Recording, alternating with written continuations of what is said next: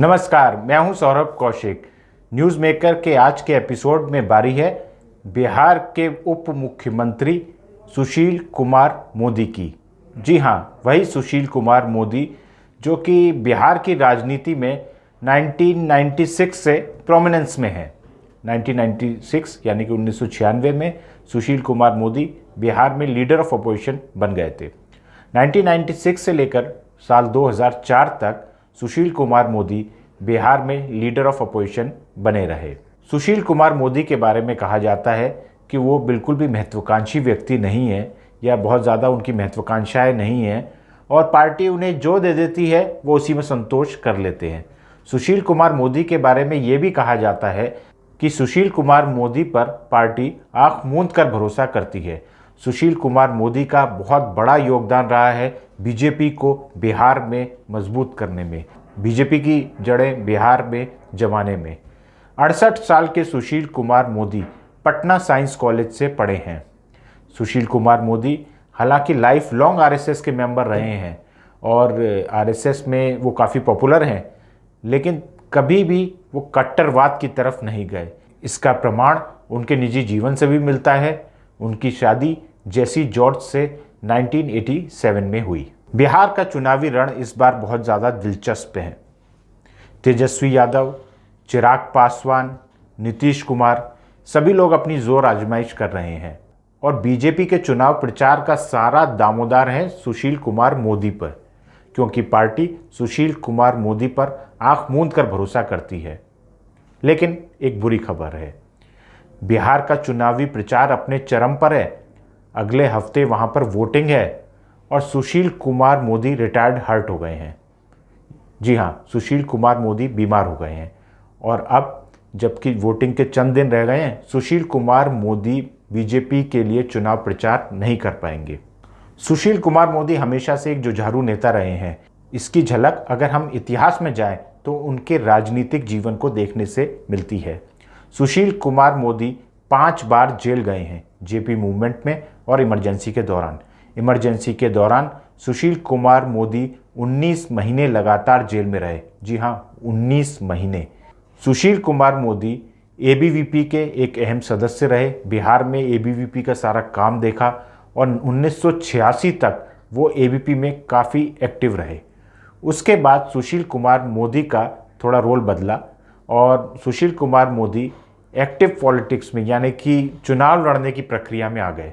1990 में सुशील कुमार मोदी पहली बार चुनाव लड़े और जीते भी, और ये चुनाव उन्होंने पटना से जीता। पटना की सीट से सुशील कुमार मोदी का, सेंट्रल पटना की सीट से सुशील कुमार मोदी का चुनाव जीतना उसने साबित कर दिया कि सुशील कुमार मोदी आने वाले दिनों में बीजेपी के एक बड़े नेता बनने वाले हैं। उसके बाद 1996 में हालांकि वो लीडर ऑफ अपोजिशन बने, लेकिन लीडर ऑफ अपोजिशन बनने से पहले या उसके आसपास उन्होंने एक बहुत बड़ा काम किया। उन्होंने पटना हाई कोर्ट में एक पीआईएल डाली और यही पीआईएल आगे चल के चारा घोटाला, जी हाँ, फॉडर स्कैम, आपने फॉडर स्कैम का नाम सुना होगा, फॉडर स्कैम में कन्वर्ट हो गई और लालू प्रसाद यादव चारों तरफ से घिर गए। इसका सबसे ज़्यादा फ़ायदा, फॉडर स्कैम का सबसे ज़्यादा फ़ायदा, सबसे ज़्यादा पॉलिटिकल माइलेज अगर किसको मिला तो बीजेपी को मिला, क्योंकि बीजेपी बिहार में नॉन एग्जिस्टेंट थी। बीजेपी ने सारी कोशिशें कर ली थी लेकिन बिहार में वो अपनी जड़ें नहीं जमा पा रही थी। राम मंदिर आंदोलन के बाद भी बीजेपी बिहार में हाशिए पर थी, लेकिन फॉडर स्कैम और जैसे ही लालू डिस्टेबलाइज हुए, आरजेडी हिली, तो वहीं बीजेपी मजबूत होने लगी। हालांकि बिहार में भी कम्युनल पॉलिटिक्स बढ़ने लगी।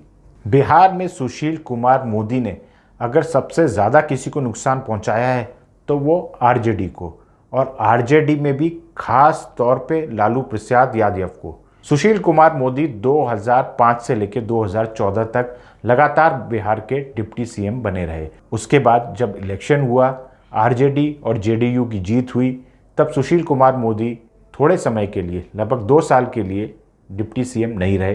तेजस्वी यादव उनकी जगह डिप्टी सीएम रहे।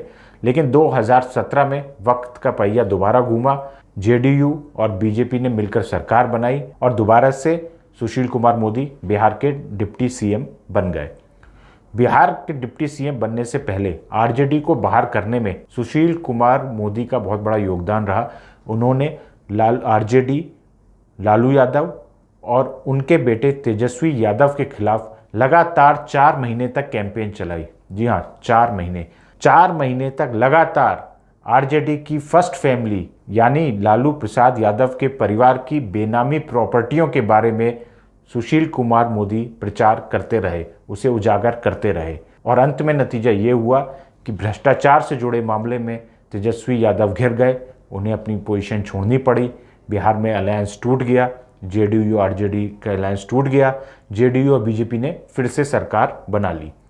अब इस बार का समीकरण देखते हैं। इस बार का समीकरण ये है, नीतीश कुमार सीएम दोबारा बन सकते हैं, लेकिन नीतीश कुमार तभी सीएम बन सकते हैं जब बीजेपी उनके साथ हो और बीजेपी और जेडीयू के लगभग जैसे अभी नंबर हैं वैसे ही नंबर आए, तो उस केस में वो सीएम बने रह सकते हैं। लेकिन अगर हम एक दूसरी परिस्थिति देखें, चिराग पासवान ने जेडीयू को डायरेक्ट टारगेट किया है। चिराग पासवान एनडीए में भी हैं। चिराग पासवान ऐसा नहीं है कि एनडीए से बाहर हो गए हैं। उनके पिता रामविलास पासवान के निधन के बाद चिराग पासवान जो है वो बड़ा सपना देख रहे हैं। वो लोकसभा के अध्यक्ष हैं ही, वो सेंटर में मिनिस्टर भी बनना चाहते हैं और वो बिहार में भी कहीं ना कहीं सीएम या डिप्टी सीएम का चांस देख रहे हैं। विश्लेषकों का मानना है रामविलास पासवान के निधन के बाद जो सिंपैथी की लहर है उसका फ़ायदा एलजेपी को मिलेगा। एलजेपी ने 42 अपर कास्ट कैंडिडेट्स भी इस बार विधानसभा में खड़े कर दिए हैं, इसका भी एलजेपी को फ़ायदा मिलेगा। अगर एलजेपी की सीटें ज़्यादा आ जाती हैं कि वो जेडीयू का एक विकल्प बन सके, तो सुशील कुमार मोदी क्यों नहीं सीएम बनना चाहेंगे। इस स्थिति में सुशील कुमार मोदी सीएम बन सकते हैं और चिराग पासवान डिप्टी सीएम बन सकते हैं। या ऐसा हो सकता है कि क्योंकि जैसा कि हमने आपको पहले बताया कि सुशील कुमार मोदी महत्वाकांक्षी व्यक्ति नहीं है, हो सकता है कि बीजेपी जो है वो लोजपा को सपोर्ट कर दे, तो इस केस में जेडीयू सीन से बाहर हो जाएगा। जहाँ तक तेजस्वी यादव की बात है, तो तेजस्वी यादव भी नीतीश कुमार को टारगेट कर रहे हैं। तेजस्वी यादव को मालूम है अगर स्थानीय मुद्दों पर चुनाव लड़ा जाए तो उनको ज़्यादा फायदा होता है। राजनीतिक विश्लेषकों ने तेजस्वी यादव को ये बताया है और तेजस्वी यादव की ऐसी रीडिंग है कि अगर वो मोदी के अगेंस्ट बोलते हैं या फिर वो नीतीश कुमार के अगेंस्ट बोलते हैं, उनके पास ये 2 ऑप्शन है। तो नीतीश कुमार के अगेंस्ट बोलने पे उन्हें फ़ायदा हो सकता है, मोदी के अगेंस्ट बोलने पे उन्हें नुकसान होता है। और स्थानीय मुद्दों में जहाँ जहाँ विपक्ष ने भारत में जहाँ जहाँ जिस स्टेट में चुनाव हुआ है रिसेंट हिस्ट्री में, जहाँ जहाँ विपक्ष ने स्थानीय मुद्दे उठाए हैं वहाँ वहाँ विपक्ष की जीत हुई है। तो बिहार की राजनीति अब एक दिलचस्प मोड़ पर खड़ी है। क्या सुशील कुमार मोदी डिप्टी सीएम बनेंगे या सुशील कुमार मोदी सीएम बनेंगे, ये तो हमें 2 हफ्ते बाद मालूम पड़ेगा।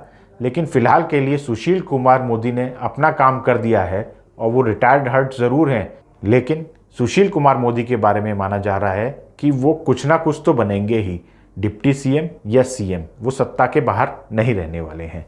तो न्यूज़ मेकर की श्रृंखला में आज के हमारे न्यूज़ मेकर थे सुशील कुमार मोदी। कल फिर से बारी आएगी एक और न्यूज़ मेकर की। तब तक देश और दुनिया की बाकी खबरों के लिए देखते रहिए IANS फीड्स।